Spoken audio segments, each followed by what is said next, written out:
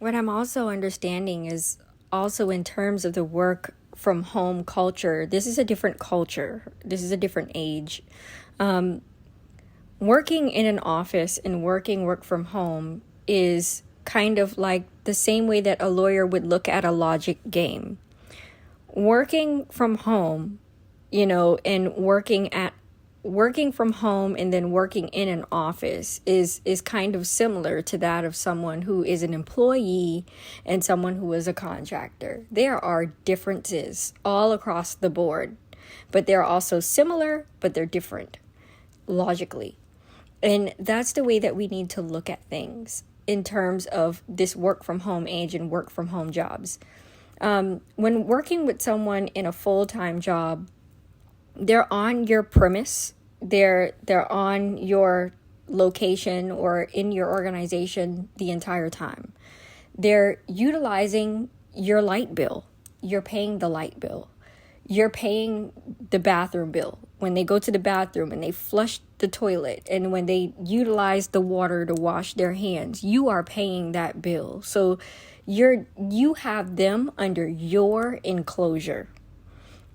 So they're working on your computer.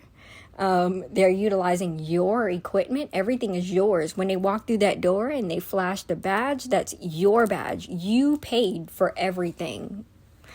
The only thing that you don't own is the clothes on their back or their body or their soul, but everything else you own.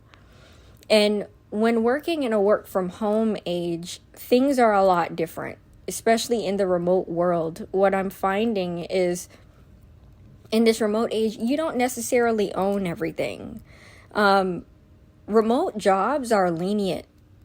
We're not hiring people and providing everything to them. That's number one. We're not giving you a headset. You got to buy. We're telling you up front, you need to buy your own headset.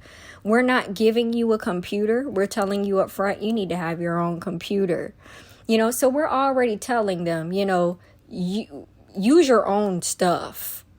You know what I mean? And therefore, you didn't buy their computer, you didn't buy their headset, but now, we want to put rules on what they do with that headset or what they do with that computer. And of course, that's what we do in a job that's necessary, but it's already a different dynamic. You're using their personal computer. It's not a work computer.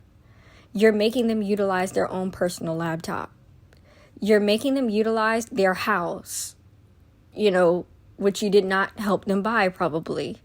You're making them utilize their own car, their own thing. You're making them utilize their own stuff. You're not providing all of it as things are primarily in terms of HR already provided during an orientation or through or the employee handbook process, when you have them sign off on all the things that you provide them, and then you have them sign off on your employee agreement that you're going to give it back when you leave. There's a control, there's an umbrella, there's an ownership umbrella over that person. Once you kind of employ them and you provide everything to that employee. But when you are not providing the enclosure for them to work in that workspace, things change. They have kids, they have a crying baby, they have a child that they need to take to daycare. They have to work around those hours. They're working at home now, so their light bill is probably going up a lot more. You're utilizing your workspace. You're making their light bill go up. They're utilizing the home more, so their water bill is being utilized more. You didn't provide them with a work phone, so their phone bill is going up. Calling recruits, we have to be cognizant of that. Their internet bill is going up, and on a commission only job, you're not paying their bill, so you're making them, they're providing you with a part of their service or a part of their things for free. And I think that there's nothing wrong with a commission only job. I love commission only, and I think that it's a great reward system. However, I think that we need to think about that, and we need to be a lot more cognizant of people and their living conditions, and what they have and what they can provide, and where the limitation to that is. Where the limitation of that is, and where it should stop. Where the boundary is. Because you can utilize someone and utilize them until their phone bill runs out and they can't pay it anymore. And then what is that? Like a whelp? I'm sorry, you can't work here anymore. We utilized your phone bill and we didn't pay you. What do? There has to be a level of empathy and a level of care and a level of courtesy as employers, and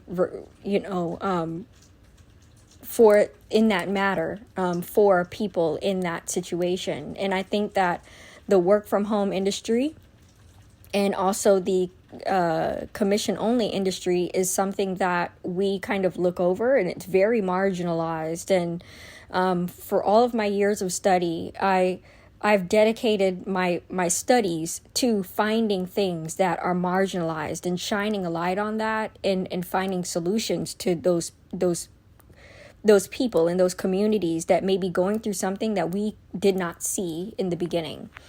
And I believe that in this diverse work from home culture now, we have to broaden our horizons. We have to understand that, the woman is home, or the male is home. He's eating more because he's home more. So he's gonna call Instacart. He's gonna go shopping in the middle of the day. He's gonna find that something's gonna break in the home in the middle of the day. The air condition may break when someone's working at your workplace, and they may not know until they come home. But if the air condition breaks on the job, while they're working from home, they need that, or else those are sweatshop conditions. They need to fix those things. They're home to fix it. Things of that nature. Just allowing people to have that work from life balance, but creating those policies, but understand in creating those policies where the rights are, because there is no HR for work from home. There is no HR for contractors. That's a whole nother ball game.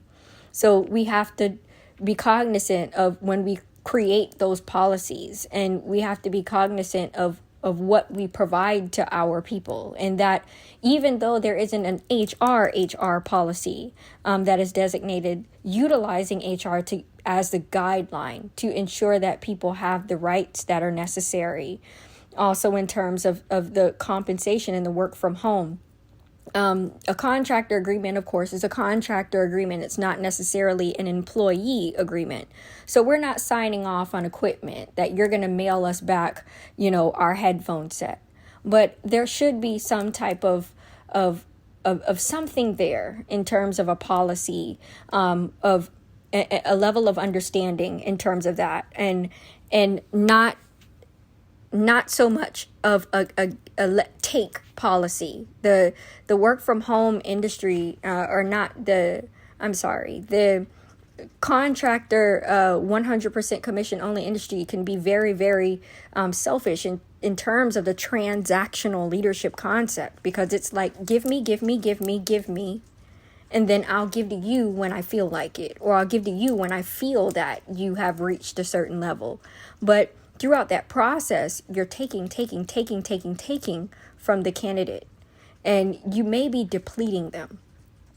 And I think that that's something that is worth considering, and worth having the roundtable and the conversation and discussion about in this industry.